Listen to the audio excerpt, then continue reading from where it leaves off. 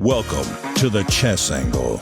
This is not your typical chess podcast. If you're an amateur or club-level player, the Chess Angle is for you. Our content is aimed at busy adults who are serious about the game but have limited study time. Featured guests include both amateur and titled players alike. And now, here's your host, Director of the Long Island Chess Club, Neil Bellon. Welcome, everybody. Shout out to our sponsor, Chessable. I know many of you are already using Chessable, but for those who haven't yet, their courses are phenomenal. Chessable uses science-backed learning and the concept of spaced repetition to increase retention and ensure that you're learning the material. Check out chessable.com today. I will be referencing one of their courses later in this episode. There are links for chessable.com in the show notes.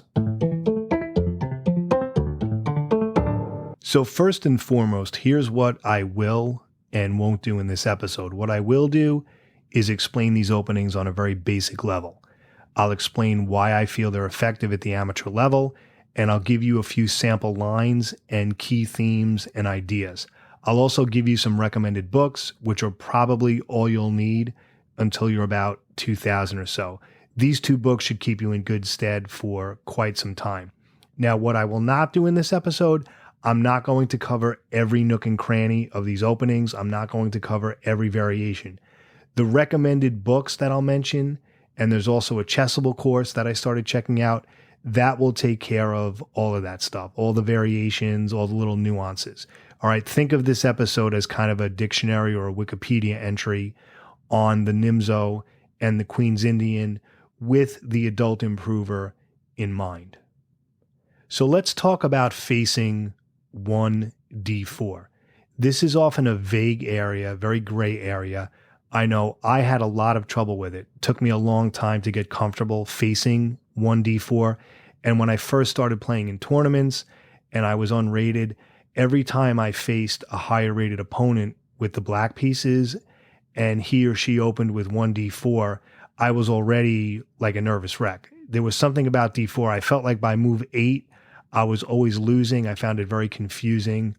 And I'm guessing a lot of you may be experiencing that. Now, 1d4 can be trickier than 1e4 because it's not always as straightforward. And the pawn structures are difficult to understand for many beginners and improvers. I'm guessing that's why d4 is often, feared more than 1e4. I mean, those d4 openings can be very pesky. This kind of reminds me, those of you familiar with academia and research, it's almost like a quantitative, qualitative type thing. Like for me, this is just sort of how my mind is thinking of this. E4 is more quantitative, like it's very kind of straightforward, like quantitative research. You just basically give out a survey, it's numbers. And D4 openings are more qualitative, like it's a little messier, there's a little more involved. Qualitative research is more about interviews and observations and lived experiences. It's not quite as clear cut. That's kind of how I view E4 and D4 openings. That's just kind of like my head. But I think D4 gives a lot of people trouble because, like I said, they don't quite understand the pawn structures. Like, do I play C5? Do I play D5? And they're not quite sure what to do. Whereas a lot of E4 openings, like I said, are a little more formulaic and straightforward. That's kind of a very oversimplified explanation. Because remember, traditionally people will say, oh, well, E4 openings are more tactical and D4 openings are more positional. While that can often be true, that's not always the case. I mean, there are a lot of positional games that come after E4 and a lot of tactical games that can come after D4. So that's not always true.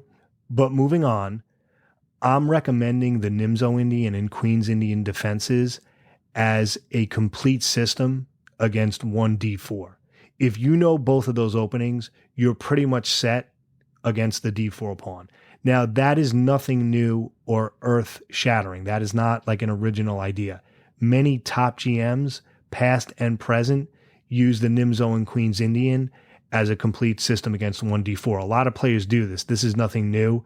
I'm simply telling you that I agree with that and I'm advocating for it. Okay, many well-known GMs and titled players do that.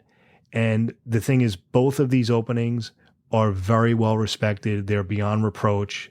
You know, people rib me at the club all the time about my London system, but the NIMZO and the Queen's Indian, you can't get much more solid and, you know, more well respected, and just, you know, these openings, like I said, they're beyond reproach. Like, you can't mess with the NIMZO or the Queen's Indian as far as their reputation and their theoretical soundness. All right, they're excellent openings. And the thing is, I have found both of these to be very effective at the amateur and club level. A lot of amateurs don't handle these openings well with the white pieces. And no, that's one of the reasons why I choose the openings I do.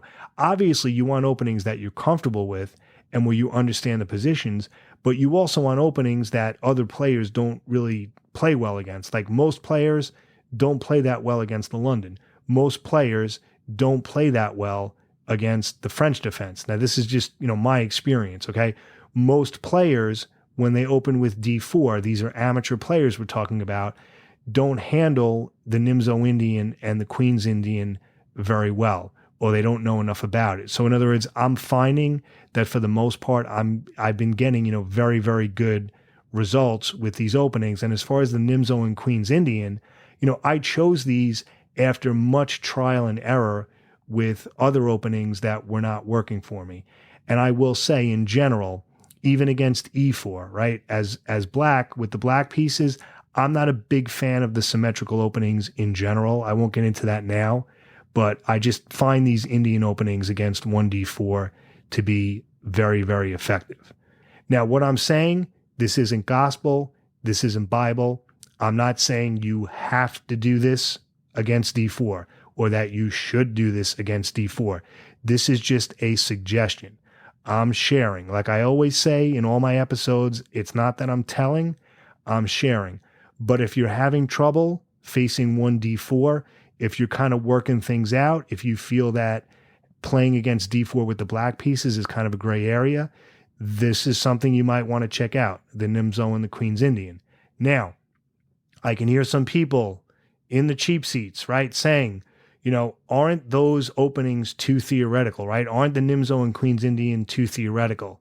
Yes, there is some theory, but that's offset by the fact that, number one, they're so effective at the amateur level because a lot of players don't handle them well with the white pieces, and by the fact that if you understand these openings thematically in terms of plans, the theory won't bog you down and it's not as overwhelming. All right, we'll talk about that a little bit today. Also, some of the lines that I mentioned, the actual specific lines that I mentioned, bypass a lot of the traditional theory and they're more thematic. It's kind of like the Fort Knox variation of the French defense that I talked about in a previous episode. If you play that, you're bypassing so much theory. So we'll get into this. Everything I'm telling you is sound. This is all line. You know, these are lines that have been around. I checked them with an engine. I'm not giving you like anything crazy that I like made up or anything. This is all existing theory, okay? But I'm going to give you some lines that are very effective at the amateur level and where, again, the theory will not bog you down. So let's understand first what these Indian defenses are all about. This goes back to the ideas of the great Nimzovich, who believed that you can control the center with pieces and not just pawns. So after 1d4, remember, classically, white also wants to get an e4, right? That's what openings are all about in the traditional sense. White wants to get that strong center with both e4 and d4, and black wants to prevent that. So every black move against 1d4 is all about preventing e4, right? So traditionally, after d4, black usually plays d5, right, with a pawn. That's the traditional symmetrical opening, kind of like the d4 version of like e4, e5. But instead of replying with d5, black responds with knight f6. So you're controlling e4 with a piece, and white now cannot play e4. So of course, white is going to develop so he can try to play e4, and black's going to prevent that. But again, the main idea with the Indian defenses is that after d4, we're replying with knight f6 with a piece. Very flexible move. It develops a piece. It gets your king ready for castling. And knight f6, you can play that against pretty much anything except one e4. That's a completely separate thing. But against anything other than e4, you can play knight f6. Very, very flexible move. But anyway, with the Indian defenses, after d4, you're playing knight f6. And control of the e4 square is going to be a major theme for both the NIMZO and Queen's Indian defenses. All right, the battle for e4. And with the NIMZO-INDIAN, which we're going to start with, you're almost always going to trade your dark squared bishop for white's knight on c3. That's something we'll get into when we talk about the specific lines. But just again, as a general overview of the Indian defense themes and what you're striving for is that you use a piece, right, knight f6, to control e4. Again, that goes back to Nimzovich, controlling the center with pieces. We're going to talk about the battle for e4. All right, so let's start with some actual NIMZO-INDIAN lines and some actual moves to make this more clear. All right, so let's get to some actual moves. Now, it's funny, as I started recording this and playing it back, because with my solo episodes, I'm a little more fussy about the final product, because if I'm interviewing somebody, it's kind of takes on its own life. But it's funny, as I'm doing this, I realized I was giving way too many moves and for an audio podcast. So what I decided was for each variation, I'm just going to keep it to like 4 or 5 moves. And then what I'll do is I'll go up to maybe 8 or 9 moves or so in the show notes so you can reference it there. But of course, all of these lines are in the recommended resources and books that I'll mention later. Okay, so I'm just going to kind of go over the basic themes of each variation. And of course, you'll learn it on your own. I think for an audio podcast, that's going to make so much more sense. So let's look at our first variation of the NIMZO-INDIAN. So white, of course, opens with d4. And as we discussed, we're going to reply with knight f6, covering e4 with a piece, okay? White responds with c4, and then we're going to play e6, all right, to open a line for the f8 bishop. Okay, so d4, knight f6, c4, e6, and then white plays knight c3, again trying to get in e4.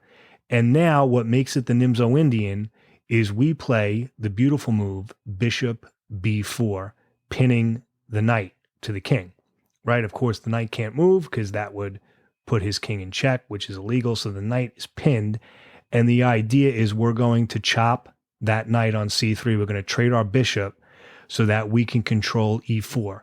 And we can castle. We get a lead in development. All right, don't get too caught up in the fact that you're giving up the 2 bishops, because again, I think that's an overrated thing at the amateur level. The idea is that you are trading your bishop for white's knight on c3 to control e4, and as sort of compensation for the 2 bishops, again, you're getting smooth play and a lead in development. All right, now some things to watch out for here. This isn't a move you would normally play, but a blunder, a common idea is that if black plays d6 or something like that, or if he moves his d-pawn, you have to watch out for the queen a4 check hitting the bishop on b4. That's just an idea. Some beginners make that mistake. I mean, we're not going to be moving our d-pawn anytime soon, but you just need to watch that diagonal towards the king, that e8, a4 diagonal. That's a common amateur blunder, all right? So always be aware of white's idea of queen a4 check, all right, which also hits the bishop on b5. But going back to our line, so again, d4, knight f6, c4, e6, knight c3, bishop b4. If white plays e3, very solid, that's the Rubenstein variation. He's supporting his pawn on d4, and he's opening a line for the light squared bishop to develop it and then eventually castle. After white plays e3, we're going to play b6. All right, and that's as far as I'm going to go. The idea with b6 is that you're going to follow with bishop b7 with a fianchetto, adding more control to e4. So you have the knight and the bishop now controlling e4. And one thing you're going to do eventually in this opening later on is you will often plant a knight on e4, which is supported by your bishop on b7, and then you're going to lock it in with f5. And that knight is difficult to budge. All right, so when black's knight is on e4, white can't attack that knight with f3 because black has queen h4 check. All right, so that's another very important tactical theme to be aware of. That's why black planting the knight on e4 is so important, because it's not easy to kick that knight away. So again, as far as beginner tactical ideas and like blunders, black has to watch out for queen a4 check ideas if he moves his d-pawn. I mean, after castling, it's not a problem, and black usually does castle early, but be aware of that. And then, white has to be aware of the queen h4 check idea if he tries to kick the e4 knight out with f3. All right, so f3 is definitely a mistake because, again, black has queen h4 check. So for both sides, those early queen moves with check, always be aware of that. A lot of beginner games are won or lost because of those tactical ideas. So now let's talk about the classical variation, which in my experience is much more common than the Rubenstein. And this is a variation that white plays to prevent the doubling of his pawns after the bishop on b4 takes his knight on c3. So let's go through it. So again, d4, knight f6, c4, e6, knight c3, bishop b4. That's our NIMZO. But now instead of e3, white will play queen c2. That's the classical variation, very common. White's willing to move his queen in order to prevent the doubling of the pawn. So right now, if white were to play bishop takes c3 check, which is playable, white can go queen takes c3 and prevent the doubling of his pawns. Some players will still take with the b pawn, and white will try to get an e4. But usually when white goes queen c2, they plan on taking on c3 after the bishop takes. So anyway, d4, knight f6, c4, e6, knight c3, bishop e4. After queen c2, what I'm recommending is to castle. Now there's other moves here. There's d5, right? There's c5. I recommend castling. That's a book line. It's not anything crazy, but I just like it because you're developing. It's very flexible. If white tries to play e4 now immediately, that might be asking a little too much. It's playable, but it's nothing to worry about. So after black castles here, white will then play a3, and then we're going to take bishop, we're going to play rather bishop takes c3. Again, you pretty much always are going to trade that bishop for the knight. It's very, very rare that you would ever move it back, because then you're putting it on an inferior square and white's gaining a tempo. All right, so bishop takes b3 and then queen takes c3, right? That's why the queen went on c2. And then we talked about this earlier with the Rubenstein. The line I'm recommending, and I believe Mickey Adams was a big advocate, for this line. You're now going to play knight e4, which almost seems like a beginner move. It seems like a cheesy one-move attack against the queen. You're moving the same piece twice. But as we said before, that knight is hard to budge, and you're now going to lock it in with f5 and all that stuff. All right, so let's just go back to the beginning. So d4, knight f6, c4, e6, knight c3, bishop b4. That's our NIMZO. Queen c2 castles. Then if he hits you with a3, bishop takes c3, queen takes c3, knight to e4 immediately. So you're attacking the queen. He's probably going to play queen d3 or queen c2. Let's say he goes queen c2. So he moved his queen, but now he's attacking your knight. You play f5, locking it in. And again, he cannot kick your knight away. White cannot kick your knight away with f3, because then you have queen h4 check. All right, so that knight is not easy to budge. And so what white usually plays here is knight h3. all right, because now he can play f3 because queen h4 check doesn't work.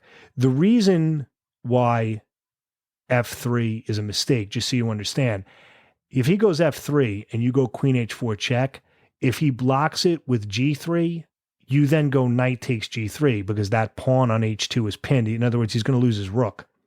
All right, that's why it doesn't work. It's tactical. If you look at it on the board, you'll see what I mean.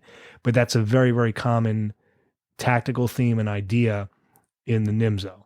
So after you do that knight hop to e4 and he plays queen c2, you're going to lock it in with f5. White usually plays knight h3. It may seem like an odd move, but it allows him to play f3. And then if the knight gets kicked back, not a big deal. You still have some control over e4. You're going to follow again with bishop b6 and fianchettoing with bishop b7. So you're going to see that's a theme in the NIMZO and the queens too. The idea of cementing that knight on e4 and then backing it up with f5, b6, and bishop b7. I'm a big fan of that style of play. But that is the classical variation, and I'm recommending that after queen c2, you castle. I'll put the full line in the show notes for you to check out. So next up is the Leningrad variation, which is probably White's most aggressive attempt to fight the NIMZO-INDIAN. Basically what happens after d4, knight f6, c4, e6, knight c3, bishop b4, that's our basic NIMZO. White responds with bishop g5, kind of plays an annoying pin of his own, right? So after bishop b4, instead of something like e3 or queen c2, White immediately goes bishop g5. And that pin on the f6 knight can be very annoying. And remember, the bishop already moved. So to move it back is kind of a waste of time, but we'll talk about that in a minute. Just hold that thought, okay? What black usually does here is you're going to hit the bishop with h6, and then when he goes bishop h4, because White's not going to trade for the knight on f6, he wants that bishop to cause problems, you're then going to follow up with c5. You're going to hit in the center. And then White usually plays d5, and then black can play d6. You'll follow that up with e5, okay, and try to get some play in the center there. Usually you'll then capture the knight on c3, okay, and then you'll get your queen to e7. You know, you can maybe look for some e4 ideas, that type of thing. Now, there's more than one way to play this, right? You can also get in knight b d7 to try and support the knight on f6. And then after you castle, you can move your queen to e8 to get it off the pin. These are just some ideas. And to study this variation in full, of course, look at the resources. But again, the point I want to make is that after bishop b4, White goes bishop g5 with a pin of his own. That's the Leningrad variation. I don't really see it that much, but you should definitely be aware of it. You know, there's more than one way to handle it. All right, it's important that you know that. But again, black's idea of h6 and then hitting in the center with c5, that's basically the book move. Now, let me throw this out there because I was kind of messing around with this in the engine. All right, because again, in my own tournament games, I don't see the Leningrad too much. What you can do is after bishop g5, you can actually move the bishop back and go bishop e7. Now, that goes against the idea of the NIMZO. If you're studying with a coach, they're going to tell you, no, don't play that. It's not good, right? Because you almost always want to trade. But believe it or not, you know, after bishop g5, okay, if you move the bishop back to e7, believe it or not, it's White, according to the engine, White can't really gain an advantage, right? And if he tries to get in e4 immediately, that's not really anything to worry about. You know, the bishop on g5 is undefended, but you know, you can kind of play with that. It's very unconventional. I'm not saying it's like a sound idea, but in the Leningrad, after bishop g5, if you move the bishop back to e7, it's actually playable. But I mean, I wouldn't recommend that. All right. Generally, you're going to chop on c3, double White's pawns. And again, you're going to castle. You can get the queen to e8. You can go knight b d7. But again, the traditional book line is for black to play h6 and then followed up with c5 and then d6. All right. And then e5.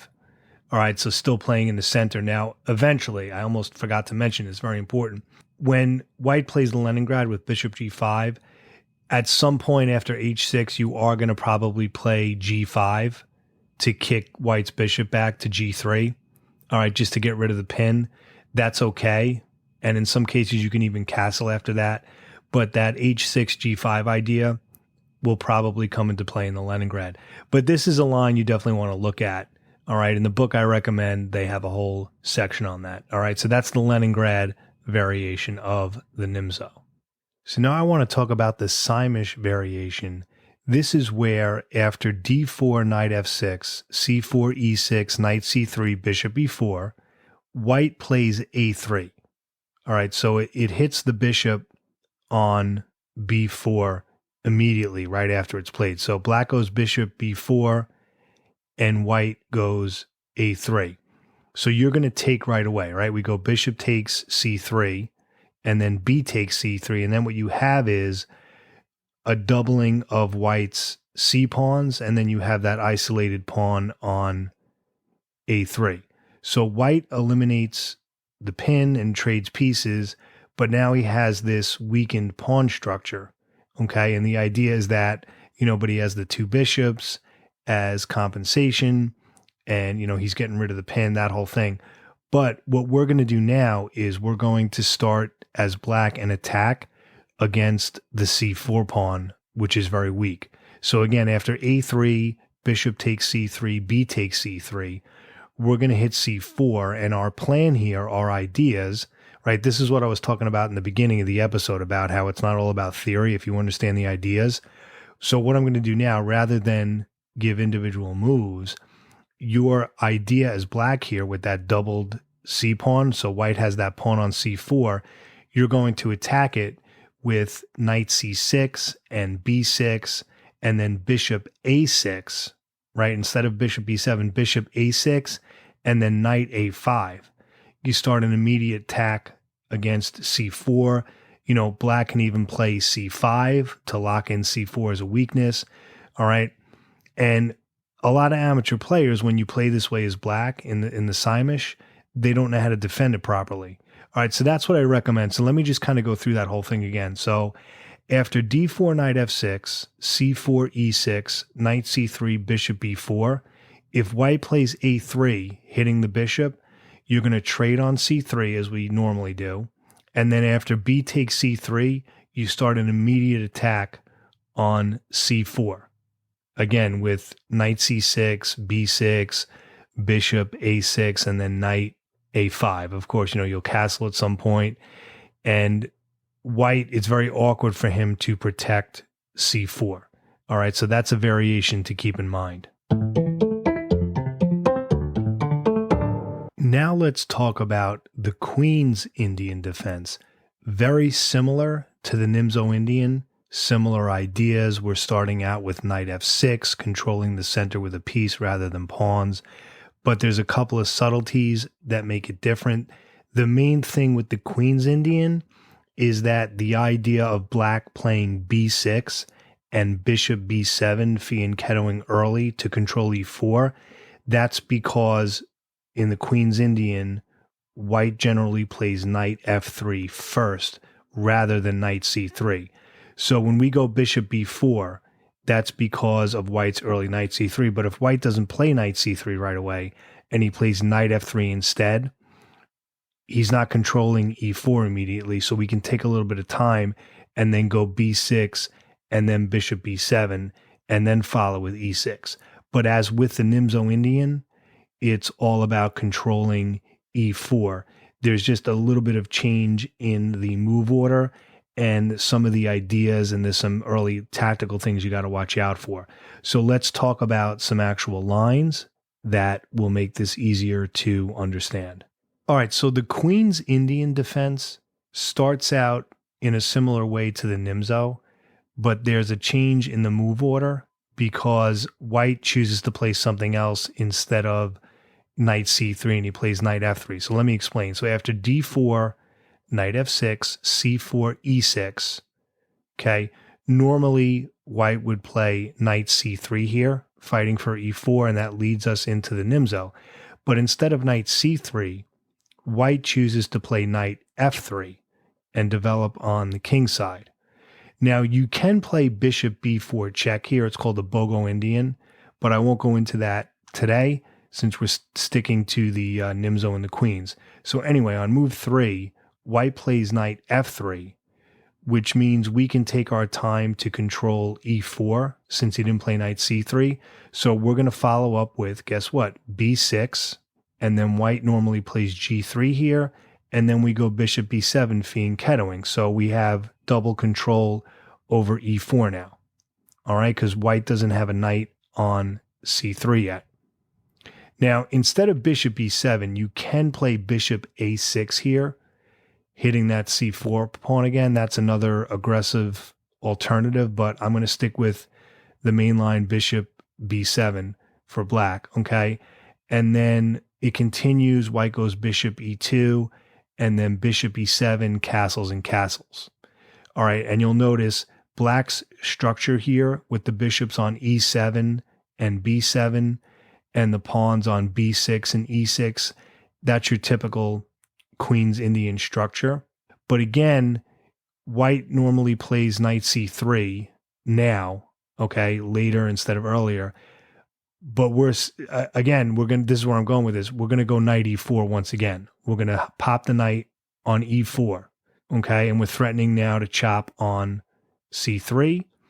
And then when white goes queen c2, we're then going to take knight takes c3 and then queen takes c3, and then we're going to hit at the center with c5.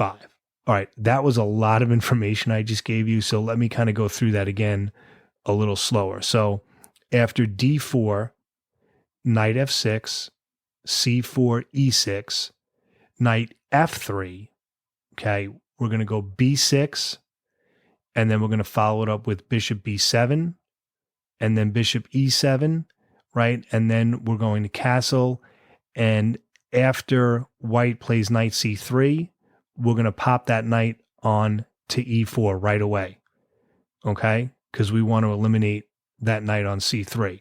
Okay, and of course, if he takes, we'll take with the bishop. But the whole line there, after knight e4, queen c2, knight takes c3, queen takes c3. Now, you can play c5 here. You can hit at the center with c5. But another move I like is just to go bishop e4. Just pop the bishop on e4. That's a solid move as well. And what I'm going to do, this is a little bit of a longer line. I'm going to put this, as with everything, it's in the show notes, so you may want to take a look at it there. But the main idea with the Queen's Indian is that after knight f3, because white rather plays knight f3 rather than knight c3, after knight f3 on move 3, we're going to go b6, right? And then follow it up with the fianchetto, fighting for e4, and then we're going to pop the knight on e4. So the idea of the knight hop to e4 for black, that's true for both the NIMZO and the Queen's Indian. All right. And there is a tactical trap here that white can fall for on move 9 if he plays knight g5. It's very well known. I'll put it in the show notes. You can check it out. It's also in the book, but that's something that you should be aware of. So that's the main line of the Queen's Indian defense. And for this opening, there's one more line that I do want to look at. So there's one more line I want to discuss of the Queen's Indian, and then I'll get into some other odds and ends when dealing with 1d4. This is the Petrosian system of the Queen's Indian. Of course, Petrosian, one of the great defensive positional players ever. Very, very strong defensive player. And let me explain what the Petrosian system is.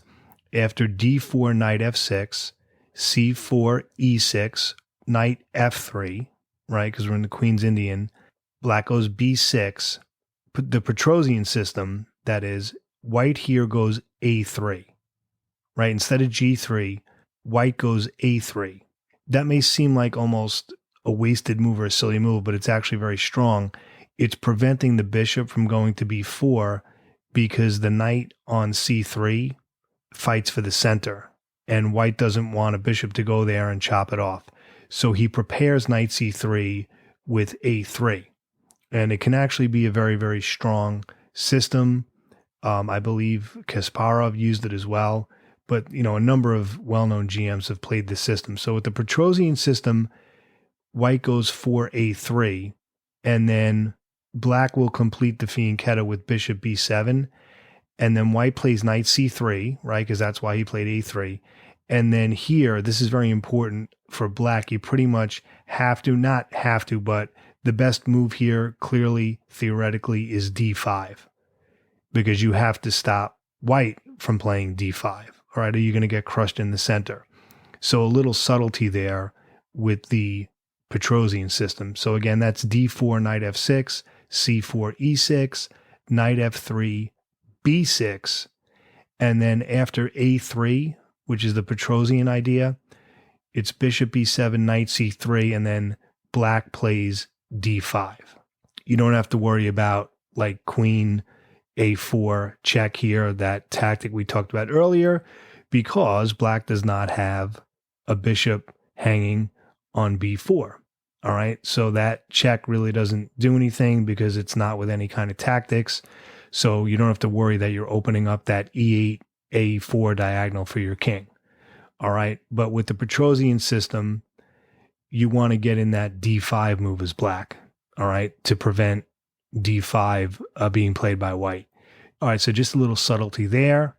And as always, I will put these lines in the show notes. I know I said that probably 10 times throughout this episode, but that's okay. I just want to remind you that, you can double check this stuff, but listening to it in an audio podcast and trying to sort of imagine the moves in your head, I think it's good for your visualization. All right. Hopefully I didn't go too deep. And now I want to get into, since we're talking about 1d4, some other odds and ends, particularly when white doesn't play d4 followed by c4. So let's get into that. So let's talk about some odds and ends, some things that didn't quite fit into the main portion of this episode.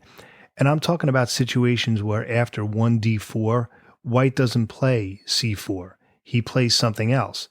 The great thing about the NIMZO and Queen's Indian is that you can use these systems, against pretty much any type of d4 sideline or any type of d4 system.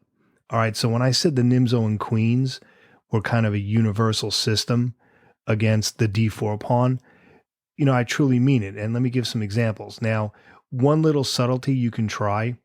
This is sort of I'm kind of going on a tangent here, but just since we're talking about d4, after d4, you can play e6, okay?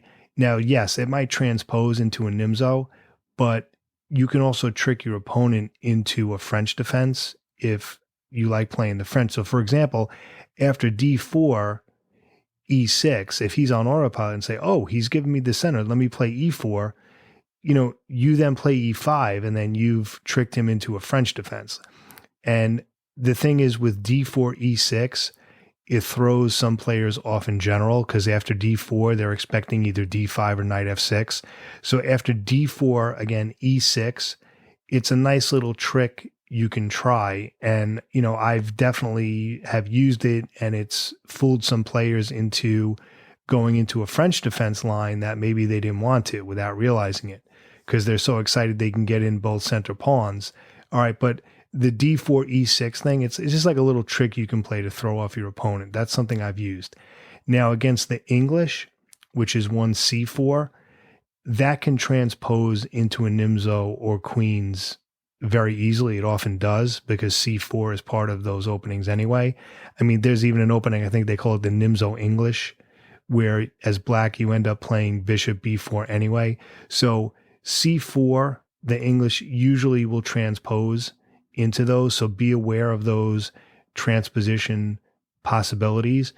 But the themes and ideas and patterns that we spoke about from the NIMZO and the Queen's Indian are usually very applicable to the English opening. Because I know after c4, I always play b6 immediately as black. And very often it'll transpose either into, a NIMZO-INDIAN or a Queen's Indian. Now, against the London system and pretty much any d4 sideline like the Kali, all those other systems, these openings work very, very well, like against the London, because I'm always talking about playing the London. Against the London, when I have the black pieces, I generally go into a Queen's Indian formation, and it works very, very well, where I'll go knight f6, b6, everything we've been talking about, bishop b7, and I'll plant the knight on e4 and lock it in with f5. You can do that against the London, and like I said, any of these other d4 systems. So the point I'm making is these ideas and themes from the NIMZO and Queen's Indian, they're not just for when white plays d4 and then c4. All right, pretty much any type of d4 system, you can use these ideas. All right, now to wrap this up, let's talk about some recommended resources. Now, I have one book each for each of these openings, okay? I am a big fan, you know this if you've been listening to the podcast, of the Starting Out series by Everyman Chess. I just think they're outstanding. Now, again, I'm talking as far as physical books. We'll talk about online stuff in a minute. But as far as physical books, the Starting Out series to me are the best opening books out there because the written explanations, the written prose is excellent. It explains the themes in plain English, very easy to understand language. It's not jargony. So if you're an improver, I would say all the way up to 1800 or so, the Starting Out series is just fantastic because, again, it explains the themes and the ideas and then gives some illustrative games. Too many opening books, and I can't stand this. It's like they give this very brief explanation about the opening ideas, and it's all illustrative games. Like they'll say the book is on the NIMZO-INDIAN, but it's really just illustrative games. Now, yes, you need to look at games, but the problem is some of the annotations goes really deep into the weeds with sidelines, and it's very hard for your typical club player to absorb. What I like about the Starting Out series is that it keeps the club player in mind. It makes the ideas, even some of the more advanced ideas, very accessible. And as I said, for those of you who are too worried that these openings are too theoretical, if you understand the themes and you look at some of these lines that I mentioned, you'll cut out a lot of the theory and save yourself some study time. But just as far as just, again, explaining the ideas and the themes and the plans, the Starting Out series is excellent. So you have the NIMZO-INDIAN Starting Out by Chris Ward, and then you have the Queen's Indian by John Ems, who was on this podcast, by the way. Shout out to John. They're both excellent. And as far as I'm concerned, as far as physical books, these are all you're going to need. Like the NIMZO-INDIAN book by Chris Ward, the Queen's Indian by John Ems, you're pretty much set. Like both of those books are really all you need. I would go that far. I really don't think you need anything beyond those as far as books. Now, what I like to do when I study stuff like online or any type of digital thing, whether it's a course or a video, I always like to have a book as a base first, right? That's just me. Maybe I'm old school. So I kind of like to review the ideas in a book first and then continue with online material as a supplement. But again, I can't recommend these books highly enough. I've had them for years. I still refer to them. They're all highlighted and dog-eared. Check them out. Really, really good stuff. The Starting Out series. Okay. Sorry, I went on a little bit of a ramble fest there, but it's good stuff. Now, as far as online courses, I recently purchased on Chessable the NIMZO-INDIAN course by WFM Mikey Keatman. And here's the thing, because I want to, fully disclose this. I haven't taken a real deep dive into it, but I looked at enough of it on a cursory level that I can tell you that it's very good. I mean, I really look forward to taking a deep dive, but even the little bit that I looked at, it's very, very well put together, the variations. And like I said, I did purchase it myself. I only sort of dipped my toe in the water, so I haven't really gotten into it. But from what I've seen, it looks great. So I've seen enough of it that I can recommend it. I look forward to really getting into it. When I have some more time, it's on my list. But that's the NIMZO-INDIAN course on Chessable. I will link that up. A lot of the ideas we're talking about with the knight hop to e4 and then locking it in with f5, that whole thing, she mentions that quite a bit. So I think personally, if you want to have like a physical book also, because I know chess players like that, maybe grab the starting out book to start out, no pun intended, and then you can supplement it with the Chessable course or other online material. Like that's what I would recommend. But I'm going to repeat what I said earlier. As far as books, I think these two are all you need, at least for quite some time. All right, so that was quite a bit of information. And I know I threw a lot out there, but this is just an introduction to the Queen's Indian and the NIMZO-INDIAN. Again, I believe it's an excellent repertoire. It's an excellent system that you can use, as a complete opening for black against 1d4. It works not only against the d4, c4 openings by white, but even all the d4 sidelines as well. All right. And I know for me personally, this is all I use against d4, and it's kept me in good stead. Usually when I lose a game with these openings, it's generally not something, from the opening. It's something much later on. Either I dropped the ball later on or I was in time pressure. I'm getting very good middle games from these, which is what you want. And that's the test for whether or not your opening repertoire is effective. Are you getting a middle game on a regular basis where you're equal, slightly better, or much better? If you are, then your opening's good, or you need to fix something. But something to think about. I recommend this. Check out the lines in the show notes. Check out the resources. Have fun with it. Play some games online to get your feet wet. But I do advocate for improvers both of these defenses against d4. I think it's really good stuff. So, appreciate you listening as always, and I hope you win your next game. Have a great day, everybody.